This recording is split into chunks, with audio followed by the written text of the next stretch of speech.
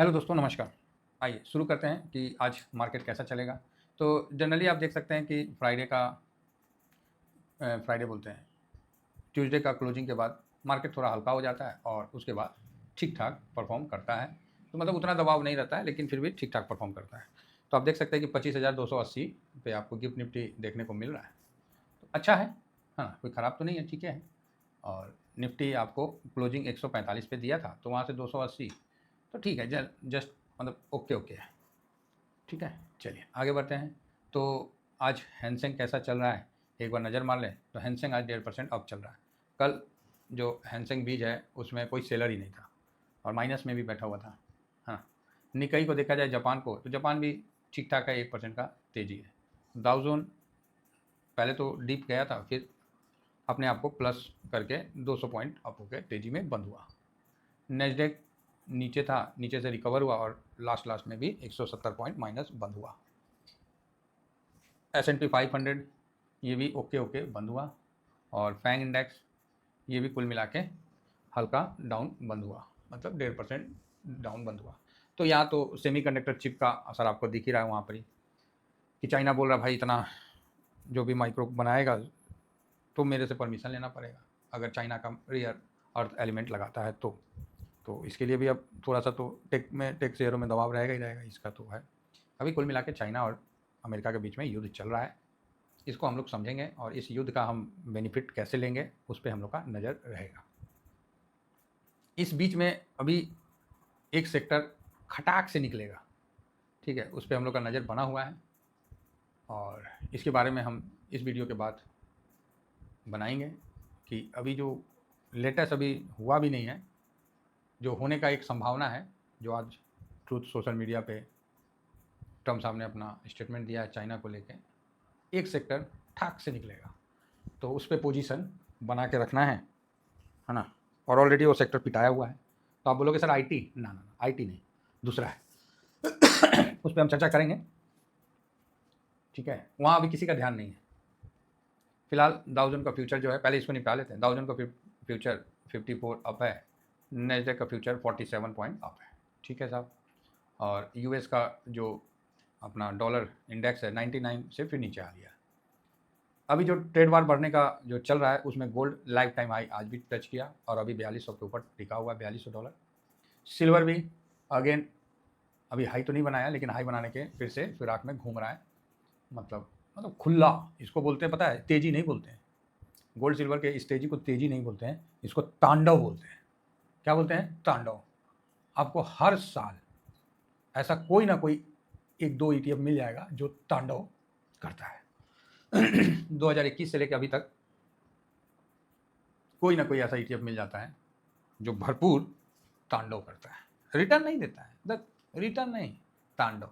आने वाला 2-3 साल 4 साल का रिटर्न एक ही बार में ठाक से दे देता है, बोलता है जाओ जाओ, हो ले लिया ना, अब जाओ। यही मार्केट का है। मार्केट में हम लोग को पोजीशन बना के और रिटर्न का पूरा इंतजार करना पड़ता है, और जब रिटर्न देता है तो फिर उस रिटर्न से आनंद मिलता है। तो अभी तांडव कर रहा है ये लोग, ऐसे नहीं, रिटर्न नहीं दे रहा, रिटर्न थोड़ी देता है, ये सब ससुरा तांडव कर रहा है, ये तो नो रिटर्न कोई देता है, ऐसा ही होता है। फिलहाल रुपया वहीं का वहीं है 88.75, तो ठीक है, चल रहा है। अब हो सकता है कहीं डॉलर ही डी डॉलराइजेशन की तरफ ना बढ़ जाए। ऐसे तो शुरुआत हो ही रखा है, धीमा धीमा काफ़ी हद तक रसिया विदाउट डॉलर ही काम कर रहा है ना। तो ये चीज़ आप लोग देख ही रहे हैं।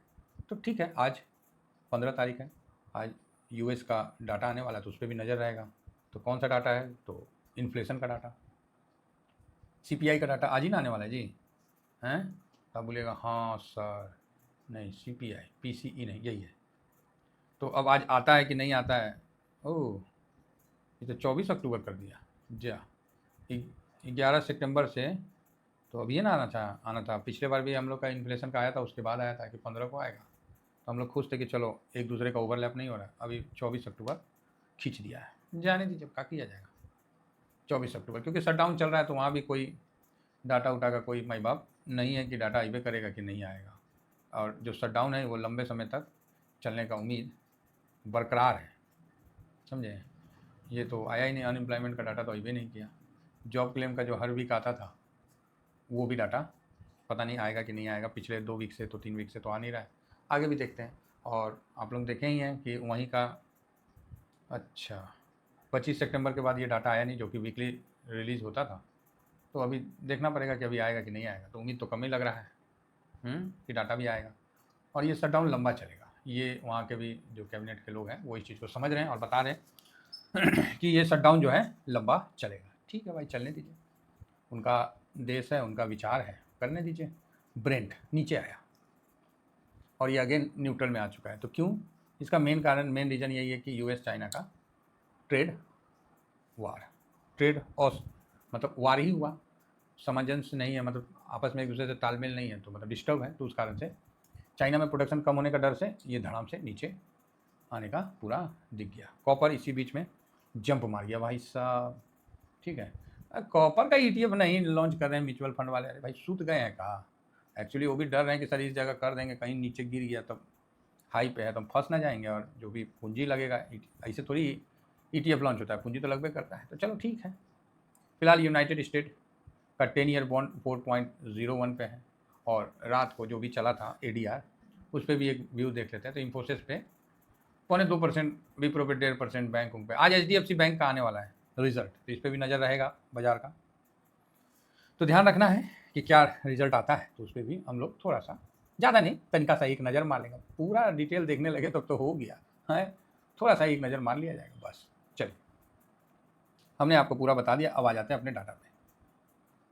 इंडिया विक्स 11 पे है, 11 से ऊपर है तो ठीक है, पॉजिटिव है ना। ये भी चीज़ आप लोगों को दिखलाई देते हैं कि इंडिया विक्स जो है वो कहाँ है।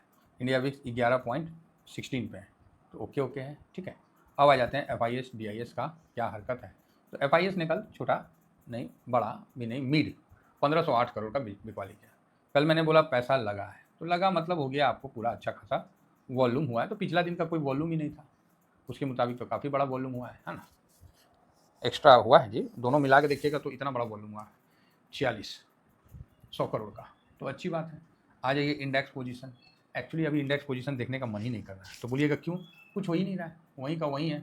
और इतिहास गवाह है कि ये समय जो जा रहा है ये इतिहास के पन्नों में दर्ज किया जा रहा है कि आज भी FIS का पोजीशन 7.16, मतलब पहले बोला जाता था कि 10 दिन 12 दिन, यहाँ तो महीना हो गया है सरकार, तो यहाँ महीना हो गया, उससे भी ज़्यादा हो गया नीचे का। 10 से नीचे का है कि 28/8 के बाद, उससे भी पहले था, लेकिन थोड़ा सा बीच में जंप होकर 14.31 हुआ, फिर 28/8 से कंटिन्यू आपको नीचे ही है। बीच में फिर 11, 12, 13 हुआ 18 सितंबर को, और फिर 14, 15 तक 16 तक गया। 16 के बाद एक के दिन धड़ाम से नीचे आ गया और 30 नवंबर से अभी तक नीचे ही है। तो कंटिन्यू 1, 2, 3, 4, 5, 6, 7, 8, 9, 10 दिन तो हो ही गया है। क्या बोलिएगा? ये चीज़ याद रखिएगा कि जब समय आएगा ना तो आपको ध्यान में होना चाहिए कि सर इतना दिन FIS का पोजीशन 10 के नीचे रहा है लॉन्ग पोजीशन, मतलब FIS बिल्कुल थोड़ा सा भी नहीं आना चाह रहे हैं, क्योंकि उनको भी लग रहा है कि क्या करें, जाएं कि नहीं जाएं, डॉलर कमज़ोर, डॉलर में इन्वेस्ट करें और वहाँ रुपया भी कमज़ोर हो रहा है, तो उनका ऑलरेडी लॉस हो रहा है, दोनों जगह दोहरी मार पड़ रही है। इसीलिए वो चुप करके बैठे हुए हैं और वेट कर रहे हैं कि कुछ या तो डॉलर इंडेक्स ऊपर हो जाए या कुछ अच्छा संकेत अमेरिका की तरफ से आए जिससे बॉन्ड यील्ड डाउन हो जाए। तो बॉन्ड यील्ड 4 पे आया है तो पैसा तो निकलेगा। अब निकल के कहाँ जाता है वो इंपॉर्टेंट है। फिलहाल तो जो पैसा निकला था वो वापस से अमेरिका में घूम गया। हम लोग खुश थे कि इंडिया में आएगा, लेकिन वो गोल्ड सिल्वर में चला गया और थोड़ा बहुत अमेरिका में वापस से घुस गया। अब देखिए आगे क्या होता है। फिलहाल तो ट्रेड वार बढ़ता हुआ दिख रहा है अमेरिका और चाइना का। सोयाबीन के चक्कर में चाइना ने लंका लगा दिया अमेरिका का, तो अमेरिका भी बोल रहा है कि अच्छा सोयाबीन नहीं ले रहा है तो रुको हम भी कुछ करते हैं। तो अब देखना है कि क्या करता है।